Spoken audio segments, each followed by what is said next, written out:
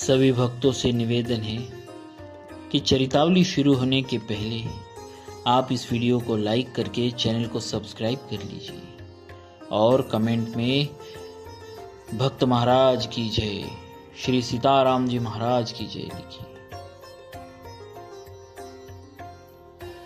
उस वन में निवास करते हुए उन्होंने जनस्थान वासी 14,000 राक्षसों का वध किया।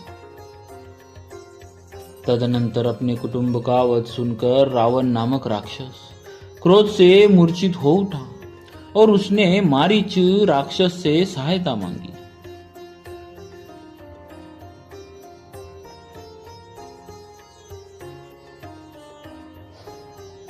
यद्यपि मारीच ने यह कहकर कि रावण, उस बलवान राम के साथ तुम्हारा विरोध ठीक नहीं है, रावण को अनेकों बार मना किया, परंतु काल की प्रेरणा से रावण ने मारीच के वाक्यों को टाल दिया और उसके साथ ही राम के आश्रम पर गया। मायावी मारीच के द्वारा उसने दोनों राजकुमारों को आश्रम से दूर हटा दिया और स्वयं राम की पत्नी सीता का अपहरण कर लिया। जाते समय मार्ग में विघ्न डालने के कारण उसने जटायु नामक गरुड़ का वध किया। तत्पश्चात जटायु को आहत देखकर और उसी के मुख से सीता का हरण सुनकर रामचंद्र जी शोक से पीड़ित होकर विलाप करने लगे। उस समय उनकी सभी इंद्रियां व्याकुल हो उठी।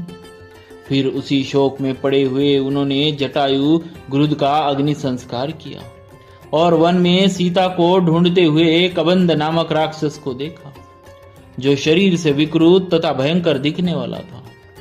महाभाऊ राम ने उसे मारकर उसका विदाह किया, अतः वह स्वर्ग को चला गया। जाते समय उसने राम से धर्मचारिणी शबरी का पता बतलाया और कहा, रघुनंदन, आप धर्मपरायणा सन्यासिनी शबरी के आश्रम पर जाइए। शत्रुहंता महान तेजस्वी दशरथ कुमार राम शबरी के यहाँ गए। उसने इनका भली भांति पूजन किया। फिर वे पंपासर के तट पर हनुमान नामक वानर से मिले और उन्हीं के कहने से सुग्रीव से मेल किया। तदनंतर महाबलवान राम ने आदि से ही लेकर कुछ हुआ था वह और विशेषतः सीता का वृत्तांत सुग्रीव से कह सुनाया। वानर सुग्रीव ने राम की सारी बातें सुनकर उनके साथ प्रेम पूर्वक अग्नि को साक्षी बनाकर मित्रता की। उसके बाद वानरराज सुग्रीव ने स्नेहवश बाली के साथ वैर होने की सारी बातें राम से दुखी होकर बतलाई। उस समय राम ने बाली को मारने की प्रतिज्ञा की। तब वानर सुग्रीव ने वहां बाली के बल का वर्णन किया, क्योंकि सुग्रीव को राम के बल के विषय में बराबर शंका बनी रहती थी। राम की प्रतीति के लिए उन्होंने दुंदुभी दैत्य का महान पर्वत के समान विशाल शरीर दिखलाया। महाभाऊ श्री राम ने तनिक मुस्कुराकर उस अस्थि समूह को देखा और पैर के अंगूठे से उसे 10 योजन दूर फेंक दिया। फिर एक ही महान बाण से उन्होंने अपना विश्वास दिलाते हुए 7 ताल वृक्षों को और पर्वत तथा रसातल को भींद डाला। तदनंतर राम के इस कार्य से महाकपि सुग्रीव मन ही मन प्रसन्न हुए और उन्हें राम पर विश्वास हो गया। फिर वे उनके साथ किष्किंधा गुहा में गए।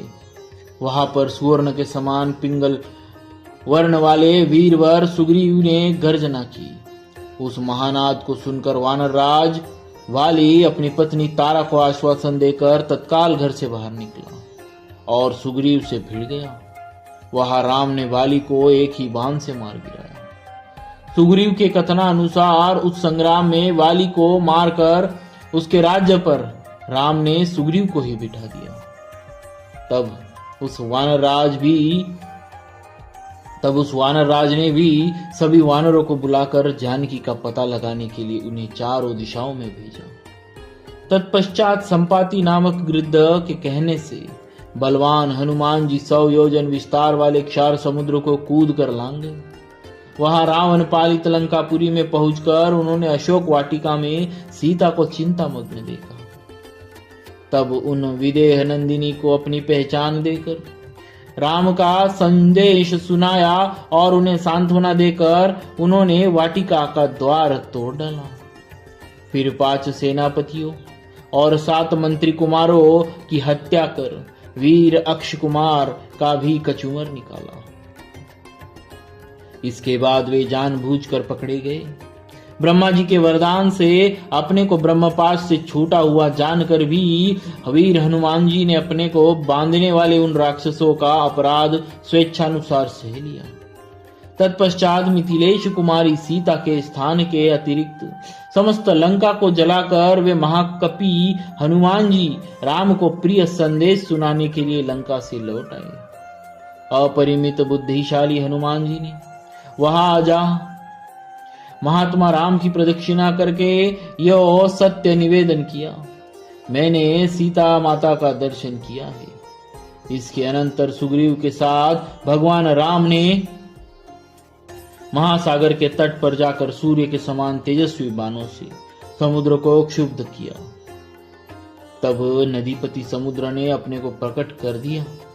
फिर समुद्र के ही कहने से राम ने नल से पुल निर्माण कराया। उसी पुल से लंकापुरी में जाकर रावण को मारा। फिर सीता के मिलने पर राम को बड़ी लज्जा हुई। तब भरी सभा में सीता के प्रति वे मर्मभेदी वचन कहने लगे। उनकी इस बात को न सह सकने के कारण साध्वी सीता अग्नि में प्रवेश कर गई। इसके बाद अग्नि के कहने से उन्होंने सीता को निष्कलंक माना। महात्मा श्री रामचंद्र जी के इस महान कर्म से देवता और ऋषियों सहित चराचर त्रिभुवन संतुष्ट हो गया। फिर सभी देवताओं से पूजित होकर राम बहुत ही प्रसन्न हुए और राक्षस राज विभीषण को लंका के राज्य पर अभिषिक्त करके कृतार्थ हो गए। उस समय निश्चिंत होने के कारण उनके आनंद का ठिकाना न रहा। यह सब हो जाने पर राम देवताओं से वर पाकर और मरे हुए वानरों को जीवित जीवन दिलाकर अपने सभी साथियों के साथ पुष्पक विमान पर चढ़कर अयोध्या के लिए प्रस्थित हुए। भारद्वाज मुनि के आश्रम पर पहुंचकर सबको आराम देने वाले सत्य पराक्रमी राम ने भरत के पास हनुमान को भेजा। फिर सुग्रीव के साथ कथा वार्ता कहते हुए पुष्पा का रूढ़ हो वे नंदीग्राम में गए। निष्पाप रामचंद्र जी ने नंदीग्राम में अपनी जटा कटाकर भाइयों के साथ सीता को पाने के अनंतर पुनः अपना राज्य प्राप्त किया है। अब राम के राज्य में लोग प्रसन्न, सुखी, संतुष्ट, पुष्ट, धार्मिक तथा रोग व्याधि से मुक्त रहेंगे। उन्हें दुर्भिक्ष का भय न होगा। कोई कहीं भी अपने पुत्र की मृत्यु नहीं देखेंगे। स्त्रियां विधवा न होगी, सदा ही पतिव्रता होंगी। आग लगने का किंचित भी भय न होगा। कोई प्राणी जल में नहीं डूबेंगे। वात और ज्वर का भय थोड़ा भी नहीं रहेगा। क्षुधा तथा चोरी का डर भी जाता रहेगा। सभी नगर और राष्ट्र धन धान्य संपन्न होंगे। सत्ययुग की भांति सभी लोग सदा प्रसन्न रहेंगे। महायशस्वी राम बहुत से सुवर्णों की दक्षिणा वाले 100 अश्वमेध यज्ञ करेंगे। उनमें विधि पूर्वक विद्वानों को 10,000 करोड़ 1 खरब गौ और ब्राह्मणों को अपरिमित धन देंगे तथा 100 गुने राजवंशों की स्थापना करेंगे। संसार में चारों वर्णों को वे अपने अपने धर्म में नियुक्त रखेंगे। फिर 11,000 वर्षों तक राज्य करने के अनंतर श्री रामचंद्र जी अपने परम धाम को पधारेंगे। वेदों के समान पवित्र, पापनाशक और पुण्य में इस रामचरित को जो पढ़ेगा वह सब पापों से मुक्त हो जाएगा। आयु बढ़ाने वाली इस रामायण कथा को पढ़ने वाला मनुष्य मृत्यु के अनंतर पुत्र पौत्र तथा अन्य परिजनों वर्ग के साथ ही स्वर्गलोक में प्रतिष्ठित होगा। इसे ब्राह्मण पढ़े तो विद्वान हो, क्षत्रिय पढ़ता है तो पृथ्वी का राज्य प्राप्त करे, वैश्य को व्यापार में लाभ हो और शूद्र भी प्रतिष्ठा प्राप्त करे। इस प्रकार वाल्मीकि निर्मित आर्ष रामायण आदि काव्य के बालखंड में पहला सर्ग पूरा हुआ। बोलिए श्री सीताराम जी महाराज की जय। भक्तवत्सल भगवान